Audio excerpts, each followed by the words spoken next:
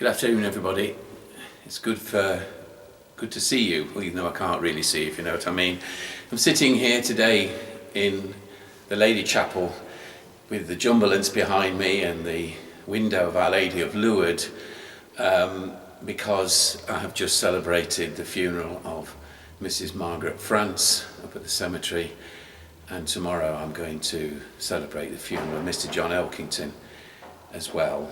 And both of them had a great love for Our Lady of Lourdes, for the pilgrimages there at the Jumbulance, with the HCPT group. So I thought, in memory of them in particular, and those people who've loved being in Lourdes, including myself all these years, we perhaps have our conversation from here today. When we began these discussions, these talks, I was quoting to you from Joni Mitchell, a singer that I always admired back in my youth and still do. And there was another singer at that time. There was a man called Labby Sifri. He was a wonderful man, and he would sing very simple songs with his guitar. And I remember once going to see him at Birmingham Odeon. He was actually on as a support act for the Supremes, and I didn't mind the Supremes, but I actually went to see him, and I saw the Supremes as well. But one of his songs is very pertinent. Strange how a phone call can change your day, take you away from the feeling of being alone. Bless the telephone. Many people in these last few weeks have been phoning each other up, and I would like to thank you to those of you who've tried to get me on the phone or sent me texts. It's been very kind indeed, but I'm discovering that this is happening all around the parish now. There's almost a strategic phone call situation whereby the pastoral team, the Eucharistic ministers, and a number of other people are phoning each other up. Quite a few people volunteered to deliver Easter eggs and palms and newsletters over Easter, and have continued to do that, and are ringing up those people to whom they have taken those things. And it's been wonderful. It's been absolutely wonderful. The older people, especially those who are housebound, feel that they've got new friends. They love hearing someone on the phone asking them how they are. And so hopefully when this is all over, as we keep saying, those new friends will stay friends and be friends for always. It's one of the good things that has come out of what is a truly dreadful situation. Yet people are contacting each other, communicating with each other, and comforting each other, supporting each other, and helping each other. So I thank you most sincerely for that on their behalf, and I can tell you from what I've heard and seen myself, these messages are very much appreciated. And that is, after all, isn't it, what a parish should be. We're meant to be a community of people, not just people who turn up in a church on Sunday morning and go home, or have a small group of friends, but our friendship reaches out to everyone. Our friendship reaches out to everyone, and we try to be together and work together in the Lord's service. Sometimes it's not obvious, but on occasions like this, it is becoming more and more obvious, and I sincerely hope that that will persist in the future. But communication is very important. Words, to me, are sacred. There's a beautiful passage you might care to look at today, the first 6 verses of the first letter of St. John. Something that has existed from the beginning, that we've seen and that we've heard, that we've touched with our hands. The Word, who is life, this is our subject. What we have seen and heard we are telling you, so that you too may be in union with us and with our Lord Jesus Christ. Jesus is the most sacred word of all. And in Hebrew, The word for word is davar, which also means an event, a happening. And so when God spoke at the beginning of time, he spoke his word and life came to be. And his final word, of course, was his very self, his son, Jesus. So words are sacred, and being able to speak them to each other is very important. To be able to say what we feel, especially if we're troubled or worried at this time. We're not very good at it. Many people get involved on virtual and social media, but often this isn't really telling people what is in you. It can become a bit insincere and a bit shallow. I'm a great believer in what I call face-to-face book. I like to see people face-to-face. But if you've got something that's troubling you, it's not easy to share that with others. In fact, it seems to be harder than ever. In 1997, I wrote my second major play, and it was called Young Heads Talking. It was based on the notion of Alan Bennett's Talking Heads.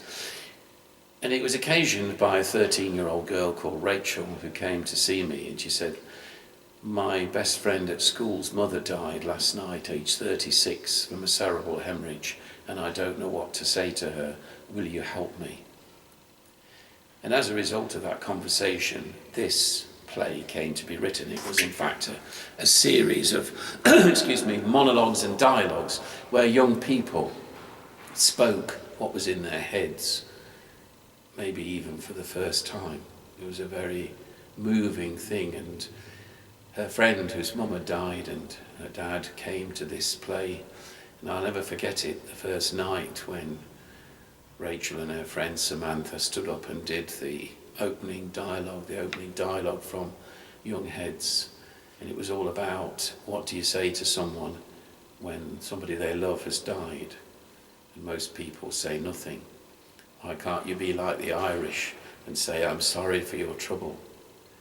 And these two girls looked their friends straight in the face, and we said, "This is what we want to say.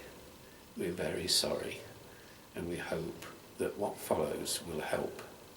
And it did. It's hard for us to talk about the things that really matter. Of course, on television you get these kind of reality programs where people are pouring out their soul or forced to say things that are often quite unpleasant, and that's not a good thing. And of course as well the media like things to be what's called sound bites, very short, very punchy. The best one I ever heard or saw was in a tabloid newspaper very many years ago, when Glasgow Celtic were beaten in the Scottish Cup by an unknown team called Inverness Caledonian Thistle. And the headline was a sort of parody of a song called Supercalifragilisticexpialidocious, and it read, "Supercali, go ballistic, Celtic, you're atrocious." And I thought that was really, really clever.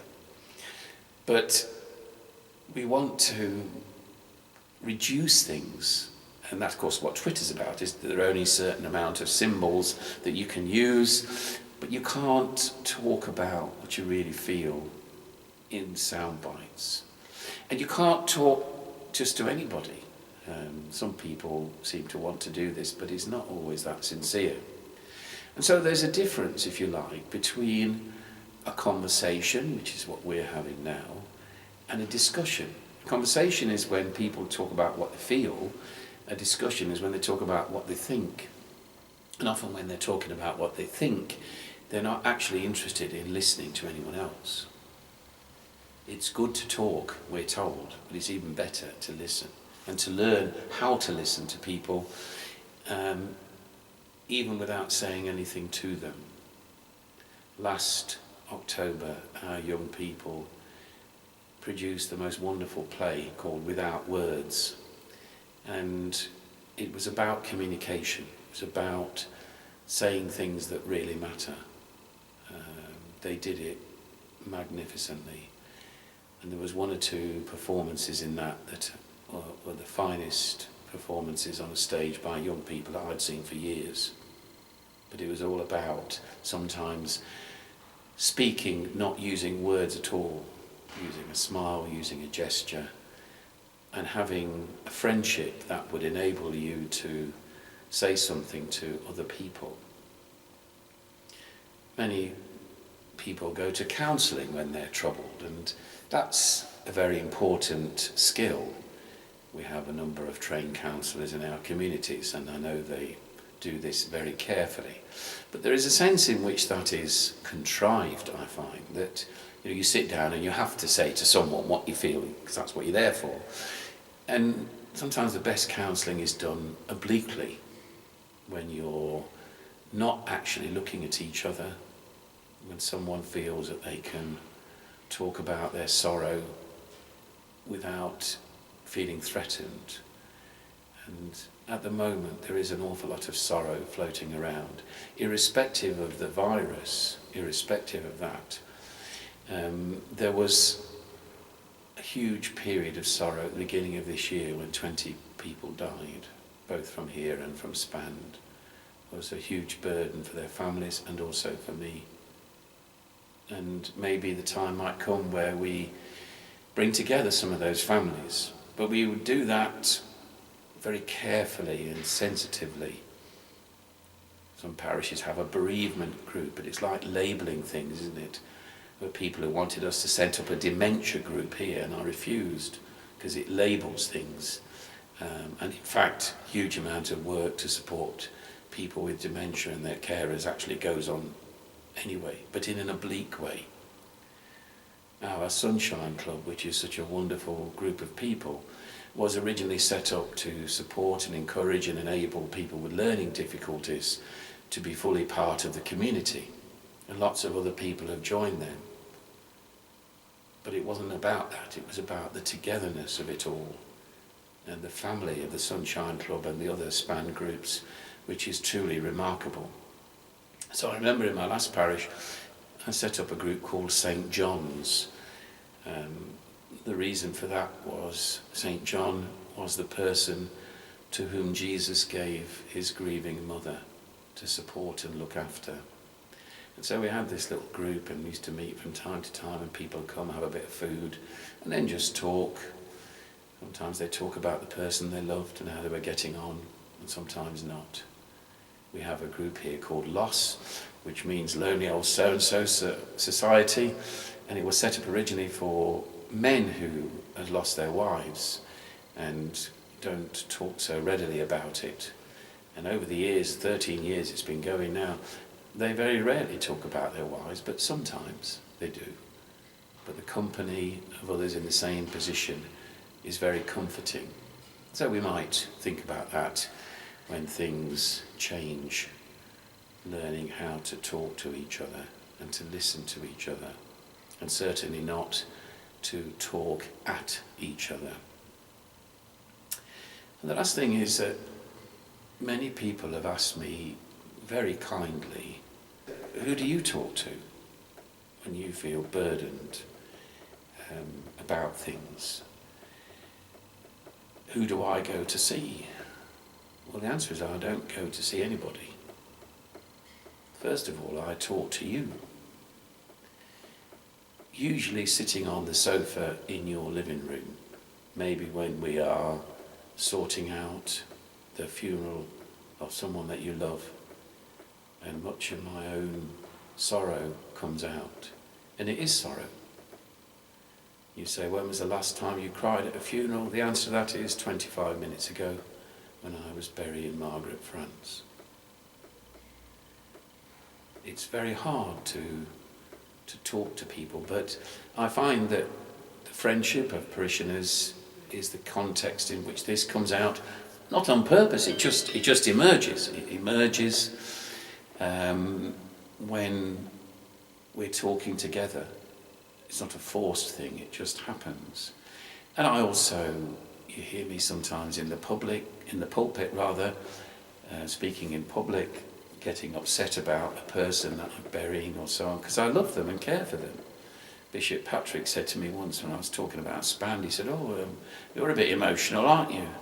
And I said, I'm an emotional person, and we're in an emotional business. It's called love.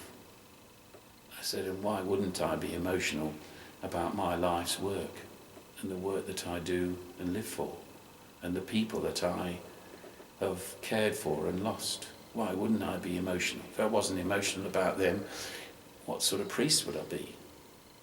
And he sort of took a backward step there, thinking, oops, I've said the wrong thing. But I find also that I commit my pain to words, to sacred words, in the plays that I've written, musicals even. Most people thought that Mother Mary was something of a bit of a laugh, but when you read the text carefully, you'll see that it's anything but.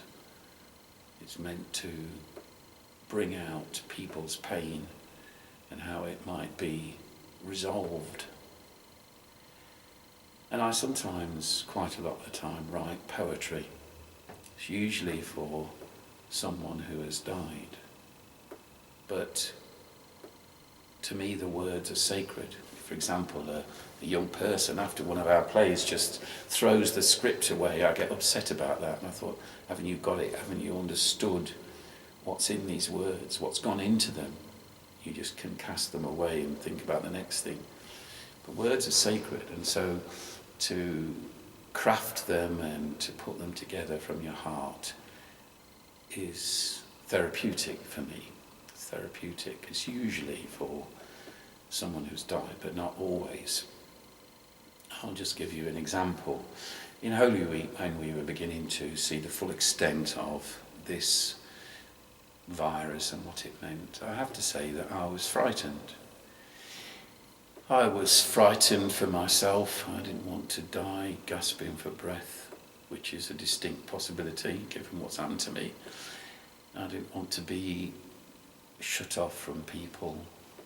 And I found those days at the back end of the week before and the early part of Holy Week very painful, sitting on my own. And then I thought about all those people who've got no choice but to be involved in it, even at the cost of their own lives. And so I wrote something for Good Friday. I'm going to just read it to you now. It's on the website, if you want to see it. And it's actually in Latin, believe it or not. It's called Usque ad mortem, which means right up to death. And it's from that beautiful thing that I always sing very badly on Good Friday, but will do so to my dying day. Christus factus est obediens usque ad mortem. Christ was made obedient right up to death. So in that climate of fear and uncertainty, I put my heart and soul into these words. The priest sat quietly in the empty church, normally full of Good Friday worshippers, coming to venerate and commemorate the greatest love of all and the symbol of it. But not today. Certainly not any day, soon, if at all. He looked into the face of the dying Saviour, contemplating his wounds, his agony, and thought of the countless frontline souls deliberately putting themselves at risk of the same fate, albeit not maybe so gruesome, for the salvation of the world, literally, at this very moment. The professionalism, caring, and faithfulness of some had already led them usque ad mortem, even unto death, their death, and many more would surely follow. He thought of the 50 Italian brother priests who had also made that sacrifice themselves so gladly after the example of their Lord, and guiltily asked himself, so what about you? How could he sit comfortably cosseted in his presbytery, self-isolated, self-distanced from those he was supposed to serve, reading once again in the comfort of his home that Good Friday Passion story without the prospect of ever being truly involved in it himself, as those brothers had been? How could he continue well fed from the kindness of good souls, making sacrifices from their own increasingly sparse tables just for him? And with a diet of TV banality to cover up and help us escape the full horror of this unfolding tragedy, and not associate himself with them, living and working daily in the full face of it, never knowing the moment that it might strike them too. And what of his people, many struggling at home on their own with what are now referred to as underlying health problems, and the sword of Damocles hanging forebodingly over them, with the possible, even likely result of their contracting the virus too? Was it really enough to spend his time thinking up systems whereby others, kindly and enthusiastic volunteers, could phone or even visit them, doling out food and friendship at the required distance from their doorsteps, in a sincere attempt to bring some sort of encouragement and comfort to them, without actually being engaged in that process himself? And the funerals to be arranged on the phone and celebrated in virtually empty crematoria, with heartbroken families having to sit in small numbers kept apart from each other, their full grieving having to be postponed until some as yet undetermined date. And the elderly brother priest up the road, whose mind was slowly deteriorating in what before now was thought to be the most cruel of diseases, who awaited his twice daily visits in increasing confusion and disorientation, lonely from the lack of contact with his people whom he had served in the one place for over 40 years, and gradually losing what little independence he had left. How could he abandon him to a solitary and uncertain fate? There was a serious risk in going out and doing what was necessary for him and all of them, and the prospect of his own demise in so doing was a real one, given past and present health difficulties, which periodically played on his mind. But sitting in the church that Good Friday, looking at the cross, the priest's mind was finally made up and his resolve determined. He would go out and go on. How could he do any other? This was the meaning of his ordination. This was the price of his love and service, and now he could see that it had to be paid, despite whatever might eventually happen to him personally, to be paid usque ad mortem, right to the end.